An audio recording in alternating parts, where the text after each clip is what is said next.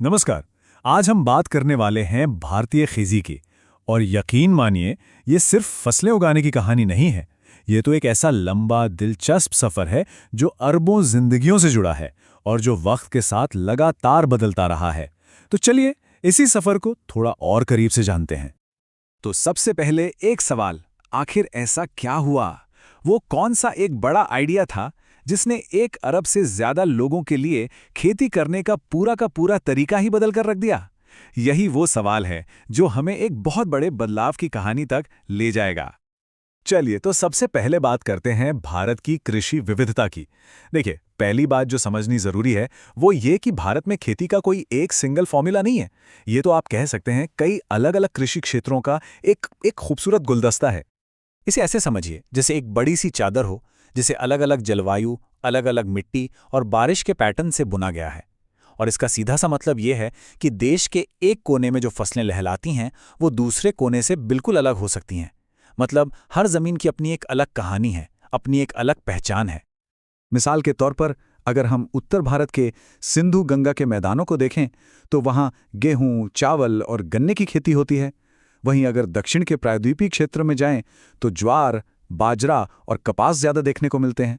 पूरब में चावल और जूट है तो पश्चिम के सूखे इलाकों में बाजरा और मूंगफली। कहने का मतलब ये कि हर इलाके की अपनी खास फसलें हैं जो वहाँ के मौसम और मिट्टी के लिए कह सकते हैं एकदम परफेक्ट हैं। अच्छा, अब तक तो सब पारंपरिक तरीके से चल रहा था, लेकिन फिर कहानी में एक ऐसा मोड़ आया, एक ऐसा निर्णायक मोड़ जिसने भारत के कृषि नक्शे को हमेशा हमेशा के लिए बदल दिया। जी हां, हम बात कर रहे हैं हरित क्रांति की। हरित क्रांति ने सच में सब कुछ बदल दिया। देखिए, इस बदलाव से पहले क्या था? खेतों में बाजरा और ज्वार जैसी पारंपरिक फसलें आम थीं। पैदावार भी कम होती थी, साल में अक्सर एक ही फसल हो पाती थी। लेकिन इस क्रांति के बाद सारा फोकस शिफ्ट हो गया गेहूं और चावल की हाई ईल्ड यानी ज्यादा पैदावार देने वाली किस्मों पर। और इसका नतीजा ये हुआ कि गहन खेती से एक ही साल में 2 से 3 फसल लेना भी मुमकिन हो गया। अब जाहिर है इस क्रांति के फायदे तो जबरदस्त थे। किसानों की आमदनी बढ़ी और सबसे बड़ी बात, देश में अनाज का उत्पादन इतना बढ़ा कि हम आत्मनिर्भर हो गए। लेकिन जैसा कहते हैं ना, हर सिक्के के 2 पहलू होते हैं। इसके कुछ नुकसान भी हुए। जैसे फसलें कुछ गिनी चुनी ही रह गईं, पानी की मांग बहुत बढ़ गई और जमीन की सेहत पर भी दबाव पड़ने लगा। और सच तो ये है कि ये वो चुनौतियां हैं जिनसे हम आज भी निपट रहे हैं। तो अब सवाल उठता है कि किसान इन सब चीजों को मैनेज कैसे करते हैं, वो अपने खेतों को ऑर्गेनाइज कैसे करते हैं। तो चलिए अब किसानों के उस टूलकिट पर नजर डालते हैं जिसमें वो स्मार्ट तरीके या क्रॉपिंग सिस्टम्स हैं जिनसे वो अपने खेतों और संसाधनों को संभालते हैं।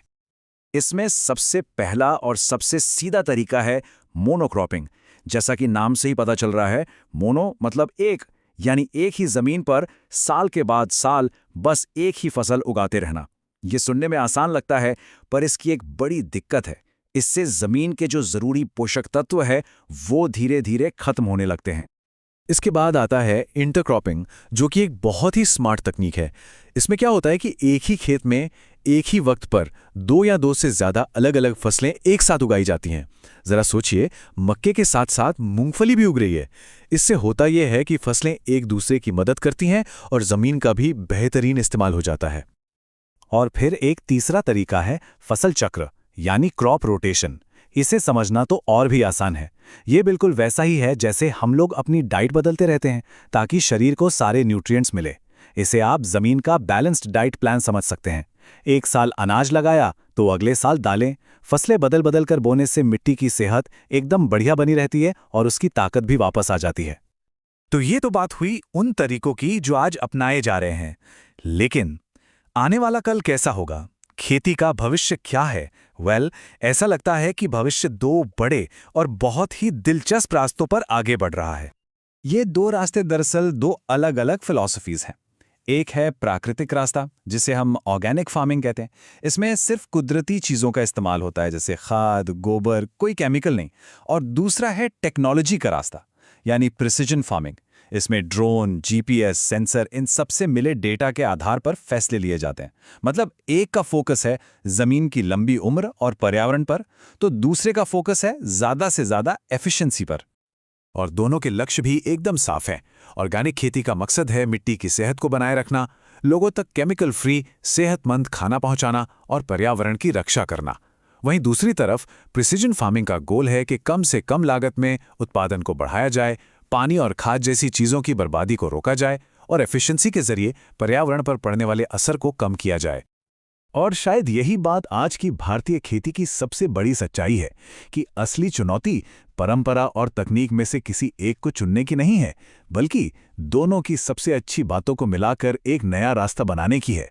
परंपरा का ज्ञान और नई टेक्नोलॉजी का बेहतरीन तालमेल। तो आखिर में बस एक सवाल, जब हजारों साल पुरानी मिट्टी का मिलन आज के मॉडर्न डेटा से होगा, तो भारत की अगली फसल वो कैसे दिखेगी? इस सवाल पर सोचिएगा जरूर।